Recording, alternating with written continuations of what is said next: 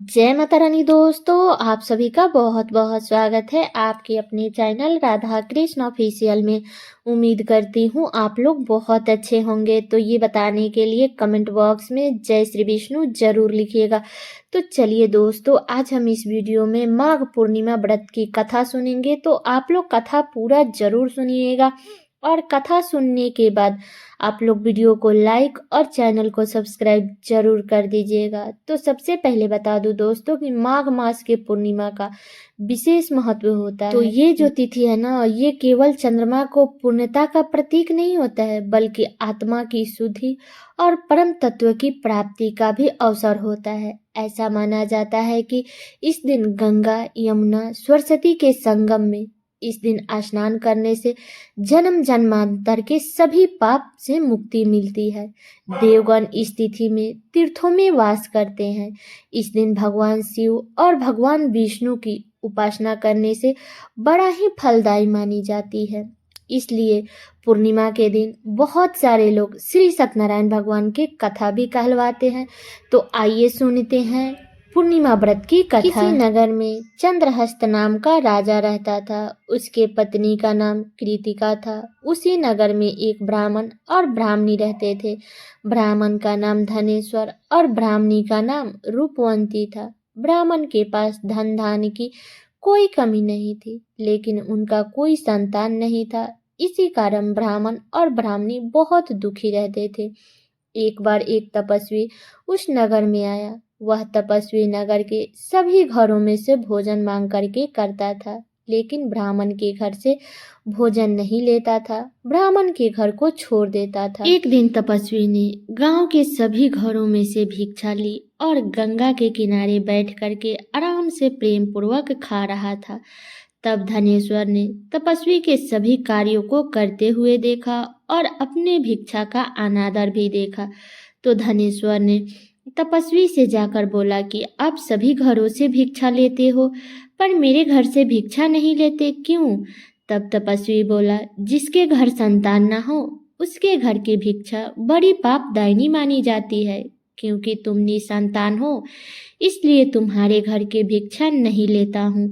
तब धनेश्वर ने तपस्वी के पैर पकड़ लिए और बोले कि मुझे आप पुत्र प्राप्ति का उपाय बताइए। आप मेरे इस दुख को खत्म करने में सहायता करें। धनेश्वर की प्रार्थना करने पर तपस्वी बोला कि तुम चंडी की आराधना करो। तब ब्राह्मण ने आकर ब्राह्मणी को सारी बातें बताई और खुद चंडी के तपस्या करने के लिए वन में चला गया। तब ब्राह्मण ने माता चंडी का उपासना किया तो 16वें दिन माता चंडी ने उसे स्वप्न में दर्शन दिया और कहा कि जाओ, तुम्हें पुत्र होगा, लेकिन वह जब 16 वर्ष का हो जाएगा तो उसकी मृत्यु हो जाएगी। तब ब्राह्मण बोला कि इसका कोई उपाय है? तब चंडी बोली कि यदि तुम 32 पूर्णिमा का व्रत करोगे तो वह दीर्घायु प्राप्त करेगा। और एक काम और करना कि जितने तुम्हारे सामर्थ हो उतने घी का दीपक शिवलिंग के सामने जलाना। ऐसे 32 पूर्णिमा को करना है। प्रातःकाल होने पर इस स्थान पर तुम्हें एक आम का पेड़ दिखाई देगा। पेड़ पर चढ़कर एक आम तोड़ना और उस आम को अपनी पत्नी को देना। जब ब्राह्मण स्वप्न से जागा तो वहां कोई नहीं था। सुबह में देखा तो वहां आम का पेड़ था, लेकिन ब्राह्मण आम तोड़ ना सका क्योंकि आम बहुत ही ऊंचा था।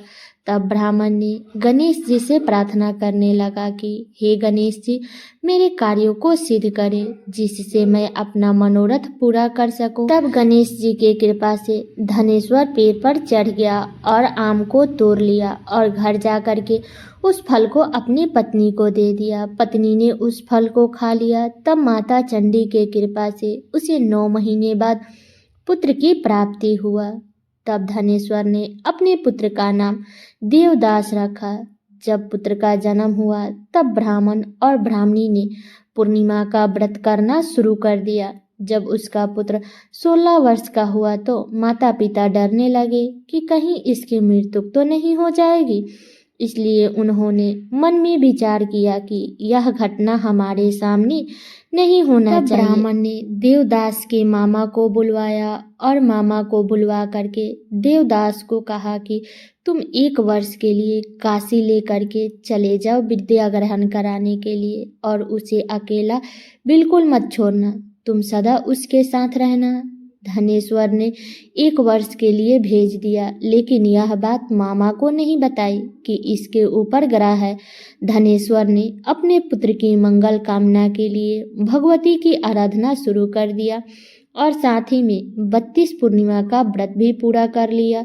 कुछ समय बाद जहाँ मामा भंजा जा रहे थे तो रास्ते में ठहरे हुए थे, तो वहीं पर उस रात एक बारात भी ठहरी हुई थी। लगन का समय था, दुल्हा को कोई रोग हो गया।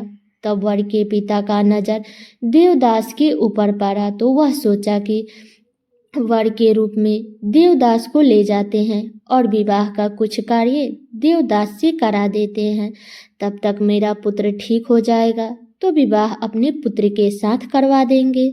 तब वर के पिता देवदास के मामा के पास गया और बोला कि तुम अपने भंजे को थोड़े देर के लिए हमें दे दो ताकि लगन का काम शुरू हो सके। तब मामा बोले कि जो भी दान के समय जो भी दक्षिणा मिलेगा वो मुझे चाहिए। तब वर के पिता मान गए और बोले कि ठीक है, जो भी विवाह के समय दक्षिणा मिलेगा वो आपका होगा।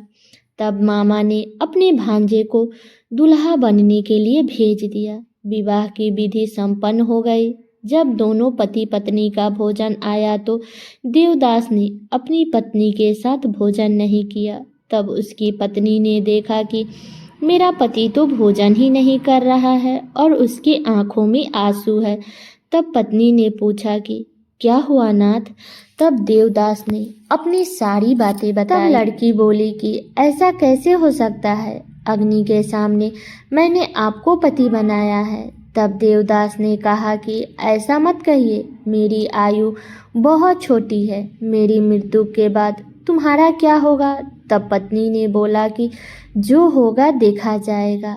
तब दोनों ने साथ में भोजन किया और सो गए।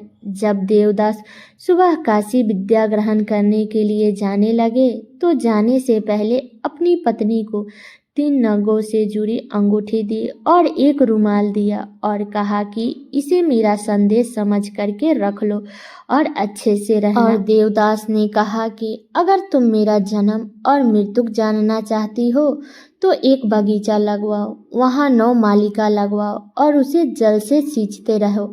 जिस दिन ये सूख जाए समझ लेना मेरे प्राण का अंत हो गया, और जब यह फिर से हरे भरे हो जाए तो समझ लेना कि मैं जीवित हूँ, यही मेरा संकेत है। और ये कहकर देवदास विद्या ग्रहण करने के लिए काशी चले गए। फिर अगले दिन पिछले बड़ और बाराती राजा के द्वार पर आए। तब राजा ने अपनी पुत्री से कहा कि बेटी, तुम्हारा पति आया है। तब बेटी ने बाहर निकली और देखा तो कहा कि पिताजी, ये मेरा पति नहीं है, मेरा पति तो वही है जिसके साथ में मेरा रात में विवाह हुआ था। तब उसके पिता बोले कि नहीं, यही तुम्हारा पति है। तब लड़की ने बोला कि यदि ये मेरे पति हैं तो बताएं कि रात्रि में हम दोनों के बीच क्या बातें हुई है, इसने मुझे क्या दिया है। तब लड़का बोला मैंने कुछ नहीं दिया, और वह लड़का लज्जित होकर के चला गया और बारात भी वापस चली गई। और जब देवदास ने काशी विद्या अध्ययन करने के लिए जा रहे थे तब एक सांप ने देवदास को काटने के लिए वहां पहुंचा, लेकिन देवदास के माता पिता ने पूर्णिमा का व्रत किया था। पूर्णिमा व्रत के कृपा से सांप उसे नहीं काट पाया। तब काल वहां आया और उसको मूर्छित कर गया। तब वहां भोलेनाथ और माता पार्वती वहां से आई और उसे मूर्छित देख करके माता पार्वती ने शिव जी से कहा कि इसकी माता ने 32 पूर्णिमा का व्रत किया था, इसको प्राण दे दीजिए।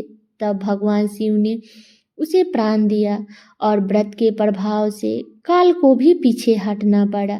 देवदास की पत्नी उसकी प्रतीक्षा कर रही थी। कुछ देर पहले सब बगीचा सूखा था और कुछ देर में ही देखा कि सब हरा भरा हो गया।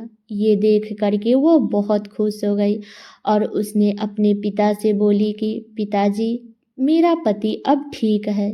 16 वर्ष बाद जब देवदास अपनी पत्नी के पास पहुंचा तो पत्नी ने अपने पति को पहचान लिया और धनेश्वर पूर्णिमा का व्रत करने से पुत्रवान हो गया। तो जो भी स्त्री पूर्णिमा का व्रत करती है वह सदा सुहागन का वरदान मिलता है उसे।